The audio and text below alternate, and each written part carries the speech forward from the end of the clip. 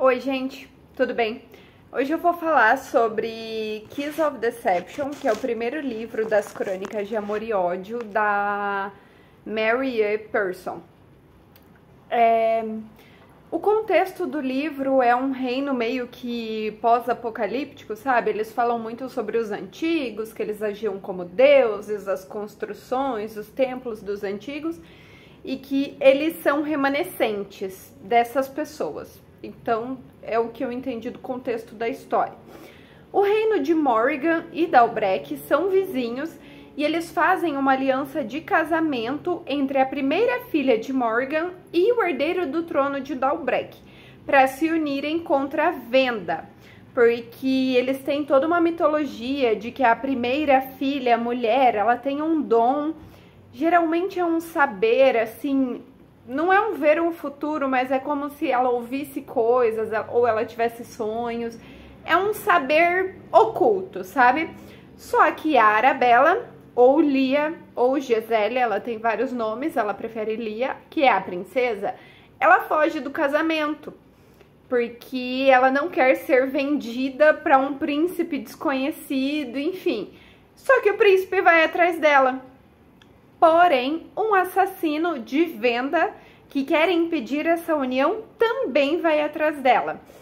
E assim, ela vai para um lugar chamado Terravin, que é um reino que é dentro de Morrigan, mas é uma vila assim muito simples, que é de onde veio a amiga dela, a Pauline, que foi quem ajudou ela a fugir.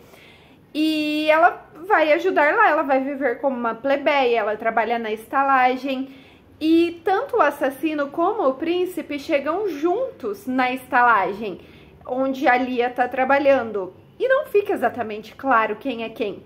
E eu achei isso, assim, uma jogada genial. Mas, enfim, seguimos ali acompanhando ela conhecendo o Kaden, ela conhecendo o Rafé, que a gente sabe que um é assassino, um é príncipe, mas a narrativa da história não deixa claro em nenhum momento qual deles é qual. E o irmão dela, o Walter, rastreia ela e encontra ela lá em Terravin. E a gente fica sabendo que ela roubou 2 livros do chanceler e do erudito. E eles estão, assim, malucos atrás desses livros, ao ponto de mandar assassinos e até um caçador de recompensas tentar matar ela para recuperar os livros. Mas ela vai vivendo a vida dela. Ela acaba se envolvendo com o Rafé, né? Que a gente ainda não sabe se é assassino, se é príncipe. Mas vendanos atacam uma ponte por onde a esposa do irmão dela, do Walter, estava passando e ela estava grávida, enfim, ela acaba sendo assassinada junto com o restante da família. E o irmão dela fica assim, transtornado, completamente descontrolado, e ela decide voltar para a capital, voltar para o pai dela e tentar meio que renovar a aliança com Dalbrek, porque os vendanos claramente estão conseguindo trabalhar de uma forma organizada, enfim, ela fica muito preocupada. Decide voltar e cumprir o papel dela, mesmo que ela não esteja feliz, mesmo que ela não queira esse casamento. Mas ela é sequestrada pelo Kaden e levada à Venda. Então, o Rafé, que era com quem ela tinha se envolvido, acaba sendo o príncipe de quem ela fugiu. No caminho para a Venda, eles encontram os nômades, que são conhecidos como tribo de Galdrel. E a anciã desses nômades, ela ensina mais sobre o dom para Lia, porque ela achava que ela não tinha o dom, mas ela descobre que a mãe dela meio que inconscientemente ensinou ela a suprimir o dom desde pequena, porque tinha medo de por ela ser a mais forte entre eles.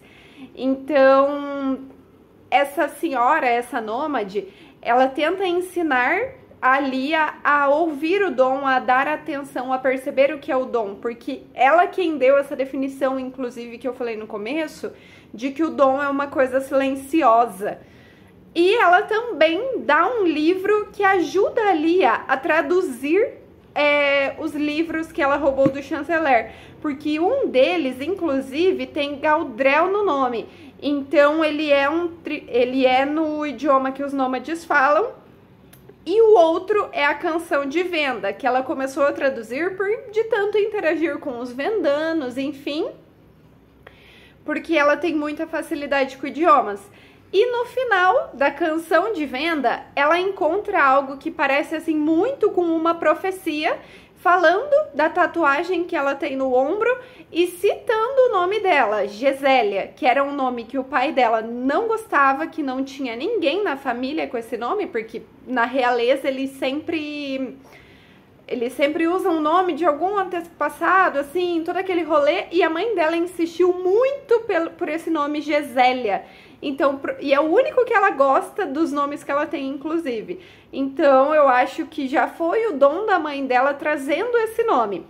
Já a tatuagem que ela tem é porque eles têm uma tradição de casamento de fazer tipo uma pintura como se fosse de rena nas costas da noiva. E foi pintado uma mistura do brasão de Dalbrec, que é um leão, com o brasão de Morrigan, que são as vinhas. E toda essa, eu não vou lembrar o nome, mas toda essa pintura saiu das costas delas, menos uma garra do leão envolta em vinhas de Morrigan, que é a tatuagem citada na Canção de Venda que ficou no ombro dela.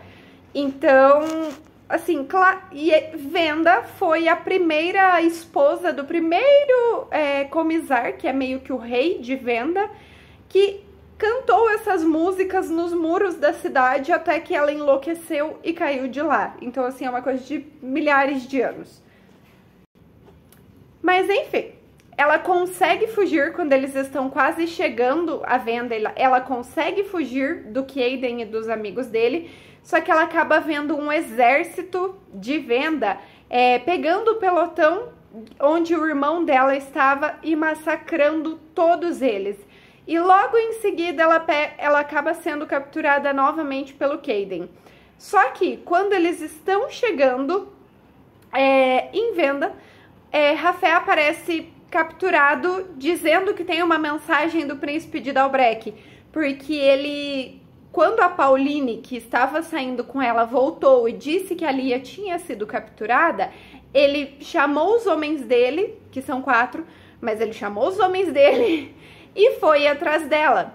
Então, quando ele viu ela andando com aquele exército de vendanos, ele se entregou de propósito e mandou os homens dele darem um jeito de tirarem ele de lá depois. E ela finalmente percebe que o Rafé, que a pessoa com quem ela se envolveu, era o príncipe de Dalbrec. Só que ele diz que ele é um emissário, né? Ele também não vai entregar o ouro assim logo de cara.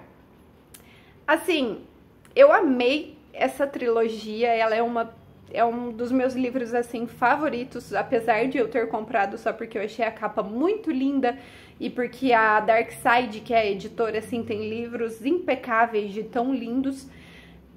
Mas é um contexto tão legal, assim, a gente tem o romance, tem uma fantasia, essa princesa fora dos padrões, que quer fugir do casamento, quer fugir das imposições de pessoas que não se importam com ela.